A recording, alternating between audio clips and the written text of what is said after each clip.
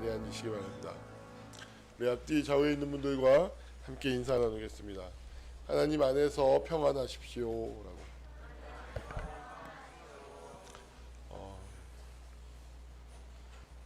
지난 시간에 이어서 하박국서 말씀을 한 주 더 나가고자 합니다. 한 주 더 나갈 수도 있습니다. 십자가라고 하는 것은 제가 그것이 가지고 있는 상징성, 그러니까 상징이란 말을 어떤 모더니즘적 맥락 안에서 보면 사실보다 못한이라는 그런 그런 의미로 받아들이는 경향이 있어요. 근데 그렇지 않습니다. 상징이라고 하는 것은 굉장히 지적이고 고도의 것이에요. 그러니까 예를 들어서 요한계시록에 나타나 있는 것, 요한계시록은 박해를 받는 환란 속에서 네로 황제의 기독교에 대한 그 엄청난 핍박이라는 역사적 환경 속에서 쓰여진 책이에요.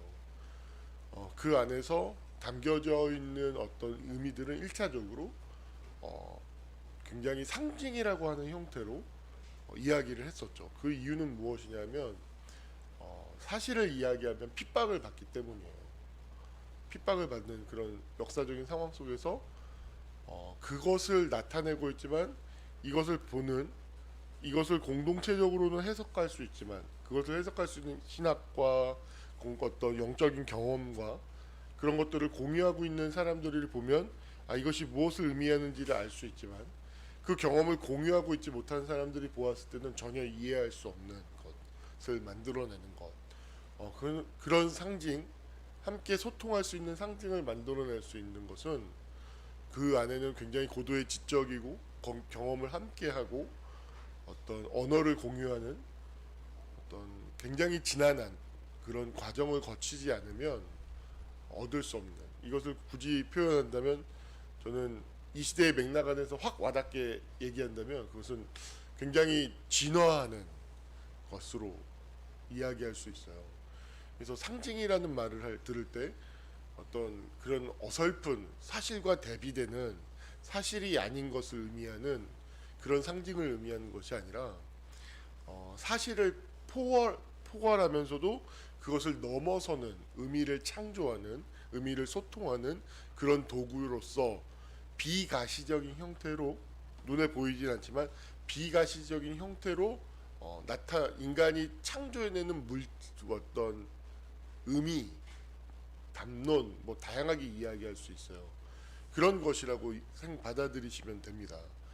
그러면 십자가라고 하는 것의 상징성, 십자가의 사실성을 포괄하는 어떤 그 상징성은 무엇이냐면, 제가 지난 시간에도 이야기했지만 하나님께서 인간이 감추고 싶은 인간의 본래적인 근원적인 실상, 하나님을 떠난 인간의 근원적인 실상이 무엇이냐라고 했을 때 그것은 십자가에 달려있는 존재라는 것이에요. 이 세상은, 하나님을 떠난 이 세상은 근원적으로 불행해요. 자주 이야기하지만 이게 기독교적인 세계관이에요. 이 세상이라는 것 자체가 그렇게 행복한 게 아니에요. 그 환상이죠. 행복한 거가 정상이라고 생각하게 되는 순간 현실을 받아들일 수가 없어요. 여러분, 인생을 살면서 행복한 경험이 많습니까? 불행한 경험이 많습니까? 만족한 경험이 많습니까? 불만족한 경험이 많습니까? 한번 양쪽으로라도 한번 대조를 한번 해서 보세요. 저는 9.9대 0.1? 저는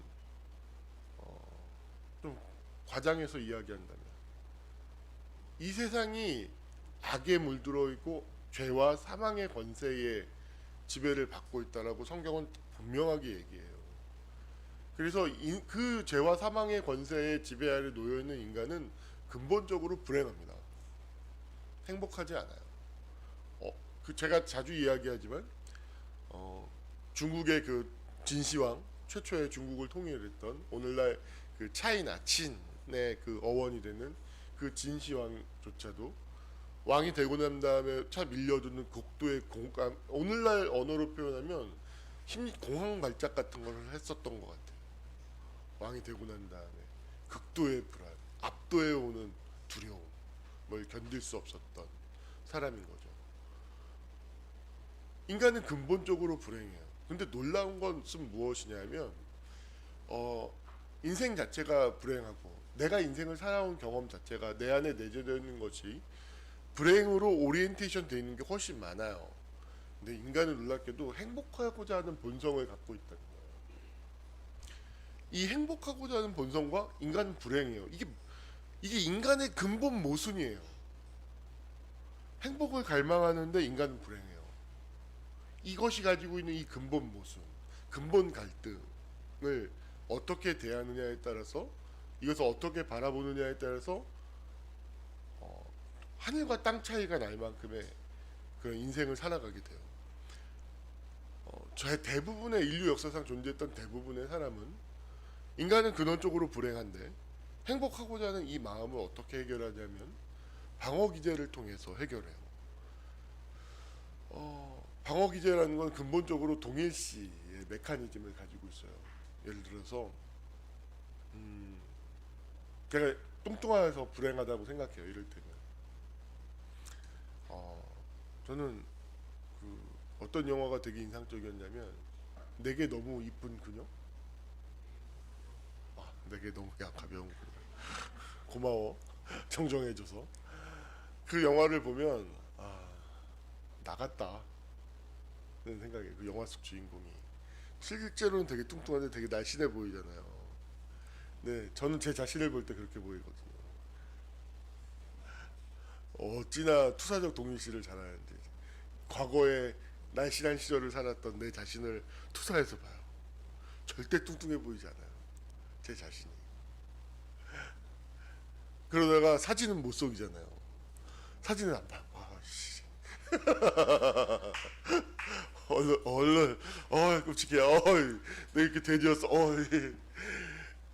제가 무릎이 아파가지고 일하다가 상민이가 이렇게 다리를 잠깐 올리고 이렇게 쉬고 있는 게 아니라 어떤 희화화하는, 형 다리도 펴고 앉아 막 이러면서 해가지고 이렇게 다리를 펴고 이렇게 올려놓고 이렇게 누워 이렇게 포즈를 잠깐 잡은 사진이 있었는데 어찌나 뚱뚱하고 다리가 짧던지. 절대 올리지 말라고 보여줘요. 이거는 뭐 이런 거 오해가 아니라 내가 추해서 뭐 견딜 수가 없다. 견딜 수가 없더라고요.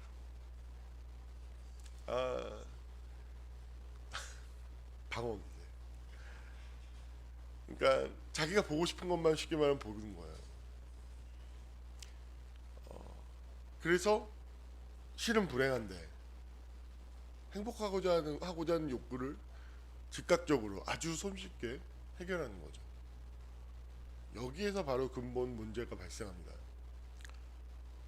이 방법을 계속 쓰게 되면 이렇게 인생을 살다 보면 흔하게 이야기하는 현실, 리얼리티와 접촉이 안 되기 시작하죠. 현실과 접촉이 안 되고 실제와 접촉이 안 되기 시작하면 내가 원치 않는, 내가 의도치 않은 상황들이 계속해서 일어나게 됩니다. 그리고 그런 일들이 계속해서 누적이 되면 제가 자주 이야기하는 하일리히의 법칙. 제가 이걸 얼마나 비싼 대가를 지불하면서 배웠는지 몰라요. 충북교회에 있던 시절에 미라자매를 알바를 마치고 하고 있는 미라를 전 밤신방을 하기 위해서 스타렉스를 몰고 불법 유턴을 하다가 잘 걸렸다 하고 오토바이를 예쁘게 집어던진, 자기는 하나도 안 다치고 얼른 그 오토바이 알바하던 친구가 걸려가지고, 그때 마침 제 차 뒤에가 경찰차가 와가지고 현장에서 현행범으로 체포돼가지고 면허가 정지가 되고 80만 원의 벌금을 내고, 근데 경찰이 오는 바람에 그 친구는 원래 경찰한 처리를 안 하기 위해서 오토바이를 던지고 돈을 받는 거거든요. 경찰이 오는 바람에 걔는 의도한 거 하나도 못 얻었어. 이미 경찰이 와서 다 끊었는데 고과정으로 안 가기 위해서 이제 그렇게 하는 건데, 걔도 뒤에 경찰차가 온 줄 못 봤던 거죠. 그래가지고 면허 정지가 돼서 교육을 받으러 가야 돼요. 면허 정지 기간을 줄이기 위해서. 정말 비싸게 내고 80만 원 벌금 80만 원의 강의를 내고 들은 강의인데 그게 할리의 법칙이었어요. 1대 29대 300. 한 번의 대형 사고가 나기 위해선 300번의 경미한 그 사소한 위반과 29번의 중형의 그 사건이 중첩이 돼서 한 번의 대형 사고가 난다라는 거죠. 근데 이게 단순히 교통사고에만 적용이 되는 게 아닙니다, 여러분. 예를 들어서 부부가 이혼이라는 것을 1로 칩시다. 부부가 이혼하기까지 300번의 사소한 다툼, 29번의 크고 작은 중형의 사건들, 갈등들, 그리고 한 번의 이혼이라는 결과가 만들어지는 거예요. 굉장히 비싼 대가를 지불하면서 배운 겁니다. 여러분들도 기억해 주십시오. 하인리의 법칙. 이걸 알고 나니까 이렇게 밤에 아무도 없을 때 저는 솔직히 이렇게 싹싹싹 하거든요. 요새 너무 많이 하고 있어. 줄여야 돼. 주황색 뿌릴 때도 많이 넘어가요. 이게 29번일 수 있어. 줄여야 돼. 넘어가면 안 돼. 넘어가면 안 돼. 이렇게 조절해요. 그래서 삶의 관계에서도 마찬가지예요. 관계에서도. 그래서 제가 이 연애하는 친구들 있으면 싸우지 말라 그래요. 그게 왜냐하면 300일 수도 있고 29일 수도 있거든요. 그걸 누적시켜 나가는 것일 수 있거든요. 그래서 싸우지 말라고. 싸우지 마. 상민아, 인형 뽑지 마, 임마. 싫어하면 그냥 뽑지 마, 좀. 진짜 뽑지 마. 제가 막 그래요. 그게 300일 수도 있고 29일일 수도 있으니까 하지 마, 하지 마. 무조건 그래요. 하면 안 돼.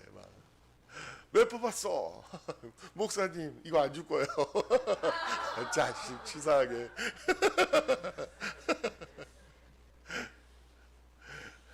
그러죠. 아무튼 모든 인간이 그래요.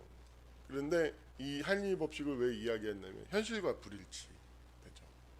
그러니까 29와 30을 만들어낸 300을 만들어낸 그 모든 게 내가 생각하고 실제가 다 분리되어져 있을 때 29와 300을 만들어내는 삶을 살아가요. 그리고 그 삶 속에는 꼭 1이 있어요. 그게 예를 들어서 건강일 수도 있고요. 관계일 수도 있고요. 물질에 대한 것일 수도 있고요. 크고 다양한 1위를 만들어가는 삶을 살아가요. 예를 들어서 제가 저희 아내도 오늘 모처럼 교회에 왔는데 우리 미가 아기를 보겠다고 잘 보고 있을지 모르겠어요. 그래서 엄마 교회 가라고 효도한다고 이제 왔는데 관계에서도 마찬가지게 되는 거죠. 예를 들어서 제가 생각하는 아내와 실제 존재하고 아내가 달라요. 거기서 계속 갈등이 만들어지는 거예요. 이게 근데 내가 정확하게 그 사람이 내가 생각하고 보고 싶은 면만 보는 왜곡하고 굴절하는 거 아니라 그 사람을 있는 그대로를 실제를 보고 그 모습을 사랑한다면 329는 만들어지지 않아요. 그리고 그렇게 크게 되지 않아요.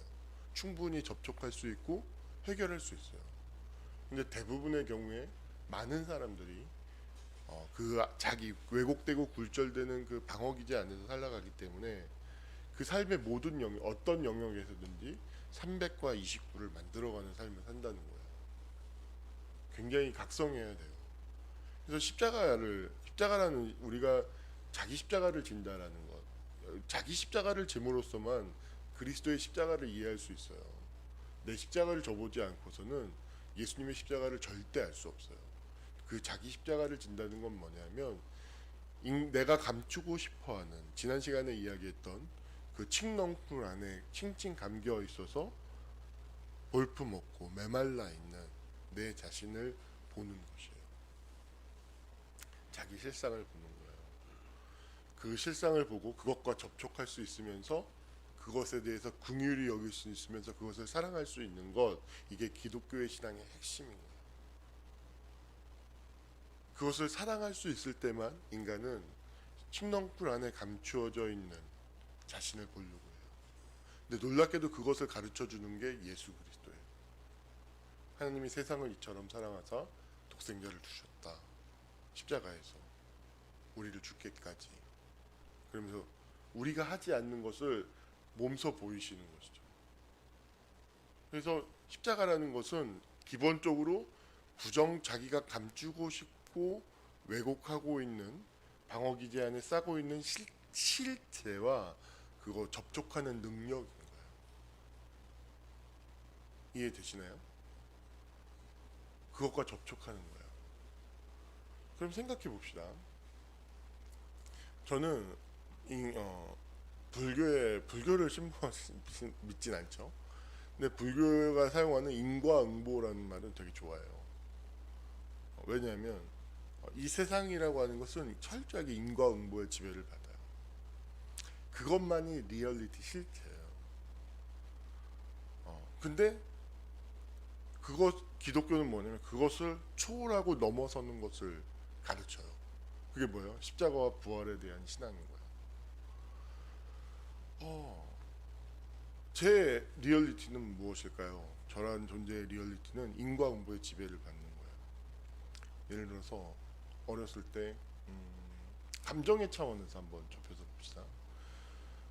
제가 성장하면서 경험했던 감정들은 어떤 지지받는다든지 수용받는다든지 주저하고 불확실한 것 속에서 이끌어주는 아버지가 있어서 용기를 얻고 무엇인가를 해보고 성취를 해본다든지 그것을 통틀어서 긍정 경험이라고 얘기할게요. 긍정 정서, 긍정 감정이라고 이야기를 해볼게요. 저는 그런 경험이 1도 없었어요. 거의 없어요. 그리고 그것이 뇌를 그런 경험과 그런 감정들이 뇌를 형성하게 되고 그것이 어떤 삶의 토대가 돼요. 굉장히 강력하죠. 뒷문을 좀 열자. 공기가 좀 안 좋다. 저는 설교 중에 최고의 불청객이 누군지 아십니까? 잠님이에요. 잠님이 오면 불청객이에요. 정신 차려.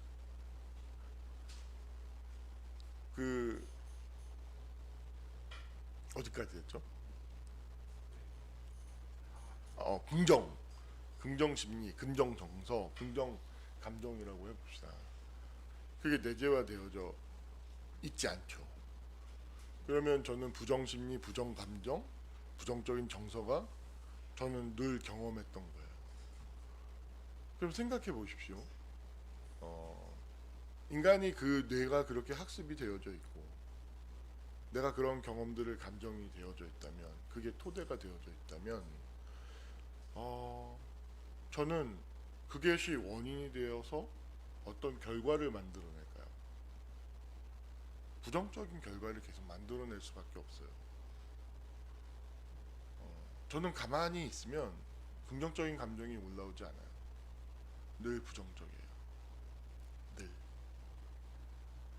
기독교의 신앙이 아니었다면 이 부정적인 감정을 일생 동안 부인하다가 심장마비로 50에 죽었을 거예요.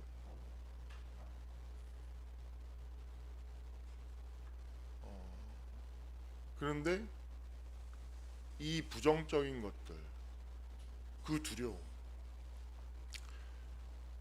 있는 그대로의 나를 인정하는 것에 대한 두려움은 왜일까요? 사람은 누구나 미래를 소망해요. 행복하고자 하는 본성, 미래를 소망하는 본성이 있어요. 그래서 인과응보를 무의식적으로 알아요. 그래서 내 불행한 침묵 속에 감춰진 내 모습이 부정적이고 연약하고 악해요. 그러면 그걸로 인과론적으로 보면 미래가 연장이 되잖아요. 내 미래는 어떨까요? 어두워. 힘들어요. 전 보는 사람들의 심리가 뭔지 아십니까? 좋은 얘기 들으러 가요. 나쁜 이야기 들으러 갈 것 같죠? 천만에요. 용한 놈들은 다 좋은 얘기만 해요. 미래에 대한 어떤 행복을 원하는, 미래를 원하는 마음이 깊이 있어요. 근데 그것을 잃어버릴까 하는 두려움 때문에 실제로 존재하는 자기 리얼리티를 보지 못하는 거예요. 그래서 접촉하지 않는 거예요. 근데 하박국 선지자는 놀랍게도 그렇다면 신앙은 무엇이냐? 이 부정적인 것을 직면하고 접촉할 수 있는 능력이에요.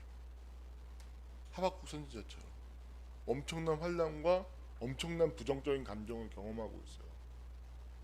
접촉하고 있어요. 근데 미래는 뭐예요? 근데 놀랍게도 이 사람은 그것을 경험하고 접촉함으로 말미암아서 십자가를 통해서 뭘 경험한다고요? 부활을 경험해요. 십자가를 통해서만 부활을 경험할 수 있는 거예요. 나의 리얼리티가 부정이에요. 내가 그것을 직면하고 인정하고 긍정하고 수용하는 순간 뭘 경험하냐면 하나님이 도우셔서 나를 망하게 하고 죽게 하는 미래가 아니라 나를 바를 사슴과 같게 하사 높게 하사 나를 회복하고 살리시는 그 미래를 경험하게 되는 것이 내가 십자가를 지고 그 부정성을 인정하고 수용할 때만 경험하게 됩니다. 기독교 신앙의 하나님 경험은 뭐냐면 그 십자가에 달린 자가 부활하는 것을 봄으로써 기독교의 신앙이 된 것처럼 내가 그토록 보고 싶어야 되는 이 부정성을 가지고 있는 이 인간 죄악으로 똘똘 묻힌 연약하고 칡넝쿨에 칭칭 감겨서 볼품없는 내가 칡넝쿨을 걷어내고 소생하고 회복되는 것을 통해서만 하나님을 알게 되고 경험하게 되는 거예요. 나의 실존의 변화를 통해서. 이것을 알려주고 이것을 가능하게 하고 소망하게 하는 것은 기독교의 신앙밖에 없어요. 그 어디에도 없어요. 정말로. 그래서 부활 신앙을 가지고 있는 사람은 뭘 져요? 자기 십자가를 져요. 왜? 그 속에서만 부활을 경험할 수 있고 하나님을 경험할 수 있고 초월을 경험할 수 있기 때문에. 그래서 굉장한 용기를 가지게 되죠.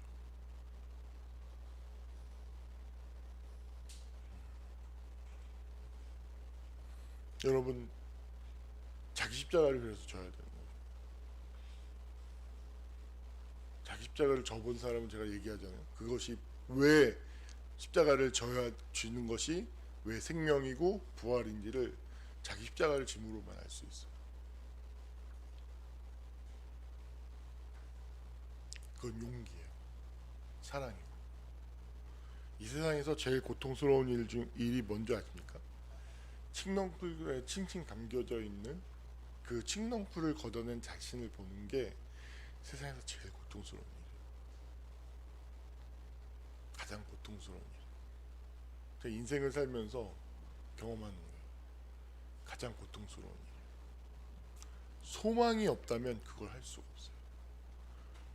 하박국 선지자가 주 여호와는 나의 하나님이시라 나의 발을 사슴과 같게 하사 나를 나의 높은 곳으로 다니게 하시리로다라는 이 소망, 이 미래에 대한 소망, 이 미래가 없다면 칡넝쿨에 칭칭 감겨져 있는 자신을 볼 수 있는 사람은 이 세상에 없어요.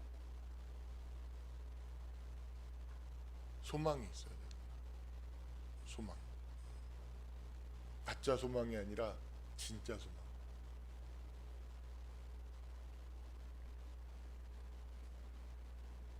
그래서 소망이 있는 사람은 망하지 않아요. 진짜. 소위 말해서 꿈을 가지고 있는 사람, 비전이 있는 사람들. 어떤 어려움도 그걸 다 담아낼 수 있어요. 왜냐하면 꿈이 있고 소망이 있으니까.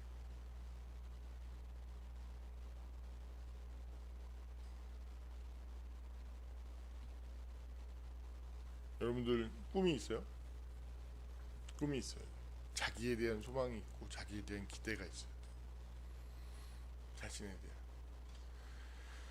저는 온유해지려고요. 이놈의 온유. 쉽지 않아요. 이 얘기만 더 하죠. 기독교의 신앙을 통해서 역사 속에서 기독교의 신앙이 미쳤던 영향, 가더머가 이야기하는 영향사라고 하는 것 중에 가장 큰 것 중에 하나는 개인이에요. 개인.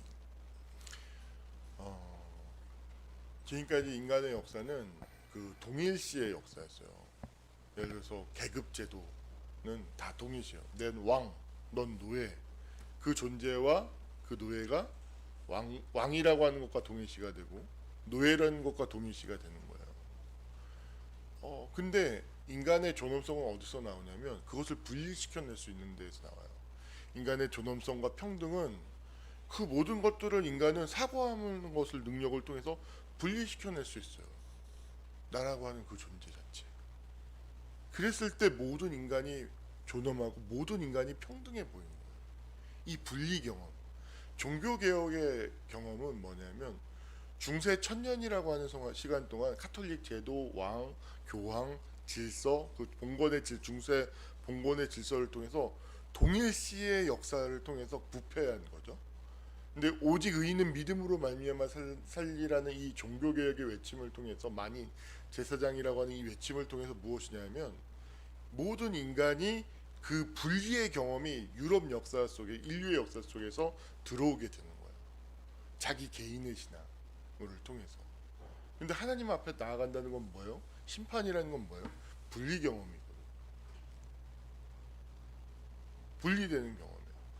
이 영향사가 뭐에도 미치냐면 여러분 칸트, 별로 여러분의 소개는 별로 중요하지 않을 수도 있겠지만 굉장히 중요한 인물인데 칸트가 왜 중요하냐면 칸트가 뉴턴이 만든 프린키피아 만유 인력의 법칙이라고 하는 아주 간단한 수학 공식을 통해서 우주의 현상을 설명해 내었어요. 굉장히 충격을 받고 난 다음에 어떻게 이런 일이 가능한가? 이성에 왜 그런 일을 할 수 인간은 어떻게 그것을 알 수 있으며 인간의 이성은 어떻게 그것을 수행할 수 있는가? 그 근거는 무엇인가? 라고 얘기했을 때 한 번도 걸어보지 않은 길. 이건 뭐냐면 그것을 프리오리라고 해가지고 선험적인 경험 이전적인 이걸 뒤집어 얘기하면 인간에게 천성적으로 내재되어져 있는 그래서 의식의 대상으로 삼아본 적이 없는 그냥 사용할 뿐인 거죠. 그 자체를 질문하기 시작한 거야. 그 자체를. 그래서 인간이 동일시하고 있었다. 아프리오리라고 하는 선험적 인간은 이건 의심할 수 없는 거지. 그냥 인간은 내재되어져 있는 거지. 근데 그 자체를 분리해낸 경험을 한 거예요. 이게 그러 말미암아서 이 모든 칸트는 그래서 이 분리 경험을 통해서 자기의 경험을 통해서 뭘 얘기하느냐면 계몽주의의 비전인데 분리를 하고 나니까 이 사람은 자기 감정도 분리하게 되고 다 근원적으로 고찰하게 되는 거예요. 그리고 난 다음에 행동을 해야 돼요. 뭐에 따라 행동할까 이 사람은? 해야 한다. 정언명법. 내 자신의 행동이 모든 이들에게 입법이 될 수 있도록 준칙이 될 수 있도록 행동하라라는 이 분리 경험이 나오는 거예요. 이 모든 것들을 분리해내는 또 하나의 이것도 역시 마찬가지로 이건 제가 주장하는 겁니다. 어디 나가서 이런 거 주장하면 되게 욕먹을 수도 있어요. 굉장히 근데 저는 과감히 합니다. 이게 기독 종교 개혁의 영향사 안에 있는 역사예요. 또 하나가 뭐냐면 프로이트예요. 칸트와 비슷한 거예요. 이성에서 인간이 의식의 대상으로 삼을 수 없었던 것이었다면 이제는 그거 어찌 보면 그거보다 범주가 더 큰 에너지 무의식이라고 하는 인간이 그냥 있는 거예요. 그것을 분리해내서 그것을 의식의 대상으로 삼게 되는 경험이 바로 프로이트에게서 일어나는 거예요. 그것도 역시 분리 경험이에요. 그로 말미암아서 얻게 되는 것은 그 이전의 영향사는 누구냐면 사실은 키에르케고르이고 그랬을 때 모든 것을 분리했을 때 신앙을 통해서 뭐가 되냐 개인 신앞에선 단독자라는 이 개인을 경험하게 되는 거예요. 어떤 것도 동일시할 수 없는 이것을 마태복음 8복으로 이야기하면 심령의 가난을 의미하는 거죠. 무엇과도 동일시할 수 없는 하나님 아니고서는 무엇으로도 채워질 수 없고 만족될 수 없는 그 인간을 경험하게 되는 일이 역사 속에서 이제 일어나게 된 거예요. 그리고 그것이 가장 앞선 일이기 때문에 이 양심이 있고 똑똑한 놈들은 그런 방향으로 나아갈 수밖에 없어요. 제가 그래서 이야기한 게 빌 게이츠 자기의 재산의 대부분을 그리고도 엄청나게 남아요. 하지만 그것을 환원한 인간들 인류 역사상 별로 없어요. 왜냐하면 동일시하거든. 내가 예를 들어서 100조를 가지고 있어요. 이 동일시의 메커니즘 안에 있잖아요. 단 1,000만 원도 못 돼요. 내가 100조를 가지고 있어도. 이자 소득이 1년에 100억이라도 단 1,000만 원도 못 돼요. 왠지 아십니까? 동일시니까. 떼는 것은 나를 상실하는 거예요. 절대 못 돼요. 근데 그것의 절반 이상을 확 떼낸다. 이건 이 사람이 개인이 되기 시작해요. 그런 사람들이 조금씩 많아지고 있어요. 제가 이 이야기, 분리라고 하는 것을 왜 이야기를 하냐면, 십자가는 분리 경험이에요. 기본적으로. 자신의 실상을 경험하기 위해서, 자신의 리얼리티를 경험하기 위해선 내가 동일시하고 있는 것들을 걷어내고 그것으로부터 분리하는 경험이에요. 그래서 자기의 리얼리티를 봐야 돼요. 그건 분리 경험이에요. 근원적으로. 정말 하고 싶지 않는. 그 분리 경험을 통해서 엄청난 불안이 만들어지죠. 그것을 이겨내고 신앙할 때 인간은 새로워지기 시작해요. 하나님 앞에, 그래서 성소에 담대히 나갈 수 있는 이 담대함을 하나님이 주셨다는 게 뭐예요?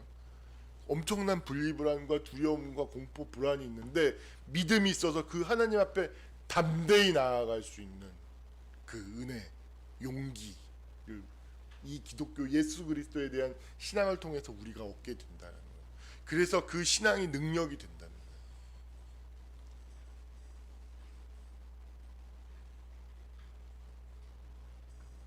어제 너무 일을 많이 했나 봐요. 많이 했어요. 감사하더라고요.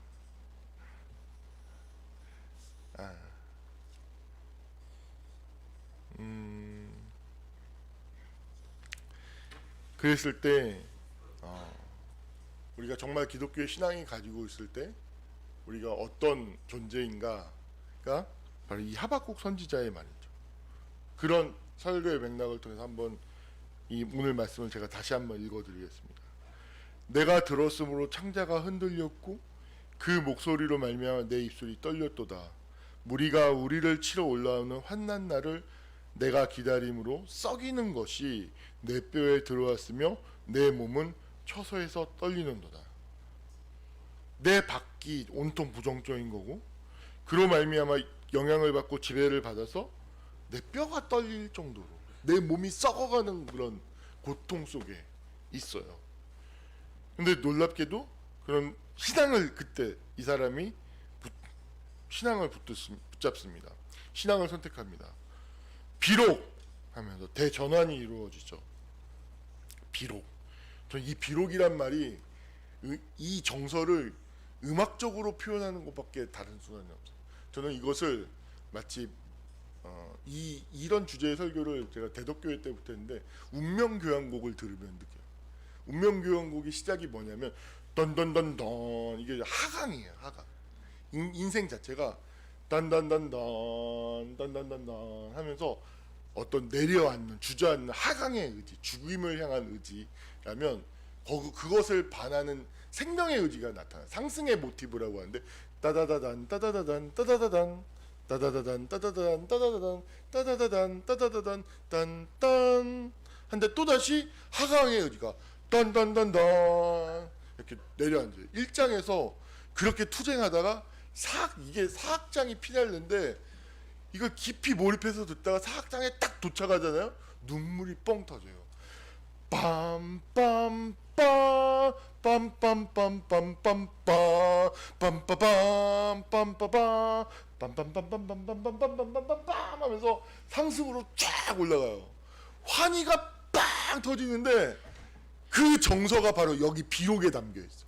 비록 빰빰빰빰빰빰빰빰빰빰빰 딱 비록 윗장은 단단단. 이거 들어봐야 돼 진짜. 진짜예요. 그래서 깊이 몰입해서 들으면 사악장에서 눈물이 펑 터져요 진짜. 비록 하면서 비록 무화과 나무가 무성하지 못하며 포도 외적인 상황은 어쩔 수 없어요. 내가 받아들일 수밖에 없어요. 십자가예요. 자기 십자가예요. 그래서 수용하는 거예요. 받아들이는 거예요. 긍정하는 거예요. 비록 무화과 나무가 무성하지 못하며 포도나무에 열매가 없으며 감람나무에 소출이 없어. 왜요? 환난 날이니까. 밭에 먹을 것이 없으며 우리의 양이 없으며 외양간에 소가 없을지라도 나는 여호와로 말미암아 즐거워하며 나의 구원의 하나님으로 말미암아 기뻐하리로다. 내 안에 부정적인 것, 외적인 것이 있을지라도 나는 믿음으로 소망과 생명을 선택하겠다는 거야. 이게 신앙이고 이게 기독교인의 가치관이고 세계관이고 삶의 태도인 거예요. 주 여호와는, 근데 그 가는 근거가 뭐라고요? 주 미래죠, 미래. 주 여호와는 나의 힘이시라 나의 발을 사슴과 같게 하사 나를 나의 높은 곳으로 다니게 하시리로다. 이 미래를, 이 환란이 이 미래를 삼킬 수 없다는 거예요. 지금 눈앞에 닥친 환란이 아무리 크다 할지라도 하나님께서 내게 약속하시는 이 미래를 절대 지배할 수 없다라는 이 믿음, 이 믿음이 그 환란 속에서도 담대하고 기뻐할 수 있는, 자기를 지킬 수 있는, 긍정할 수 있는 모든 능력의 원천이 바로 이 미래에 대한 믿음, 이 약속에 대한 소망에서 오는 거예요. 소망해야 돼.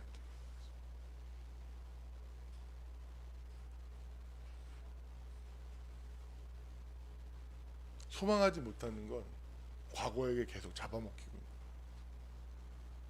거예요. 과거에 경험했던 부정적인 경험들, 과거에 경험했던 그 감정들에 계속 잡아먹히고 있는 거예요. 공간을 잃어버리고 있는 거예요. 그래서 신앙은 과거와 다른 지금과 여기를 만들어내는 능력이다. 비록 하는 순간 지금 여기가 만들어지는 거예요. 과거에 잡아먹히지 않는 지금 여기가 비록 하는 순간에 만들어지는 거예요. 따라해 보십시오. 비록! 비록이라고 외칠 수 있어요. 그 정서가 뭐라고요? 빰빰빰빰빰빰빰빰빰빰빰빰 하는 정서가 있어야 됩니다. 비록. 비록이라고 외칠 수 있는 믿음이 있어야 돼요. 비록. 유선아, 2차 떨어졌지만 뭐라고? 어떤 정서를 담아서? 외쳐봐. 그걸 담아서, 그걸 말하려 하지 말고 담아서 비록 외쳐보라고. 그거밖에 안 돼? 이거 난 더 잘할 수 있다. 난 더 잘할 수 있다. 하늘아.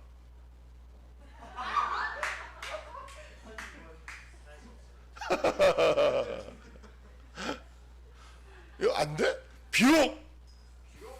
그렇지. 비록이라고 외칠 수 있어야 돼. 비록. 어떤 상황 속에서도. 비록.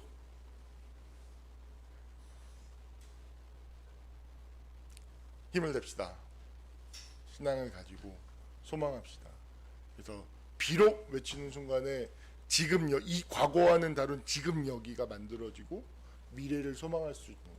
과거의 연장인 미래가 아니라 지금 여기서 나와 함께 하시는 성령님, 하나님의 은혜, 하나님의 나라가 임하여서 지금 여기서부터 만들어지는 거예요. 비록이 있어야만 미래가 존재할 수 있는 거예요. 비록. 내 인생을 향해서 한번 외쳐봅시다. 내가 경험한 부정적인 경험들, 감정들을 향해서 외쳐봅시다. 비록! 뭘 향해서 외쳤어요? 내가 경험한 것들을 향해서 외쳤어요? 나한테 얘기한 것 같은데? 내가 경험한 것들, 내가 무화과 환난 날, 내가 인생을 경험하면서 경험한 모든 부정적인 감정과 정서들 지금 한번 싹 주마 간산처럼 쫙 한번 지나가게 해봐요. 그것을 보고 있는 나에게 그것들을 향해서 일갈을 해봐요. 일갈. 어떻게 해요? 비록이라고. 자, 시작. 이게 기독교의 신앙이에요.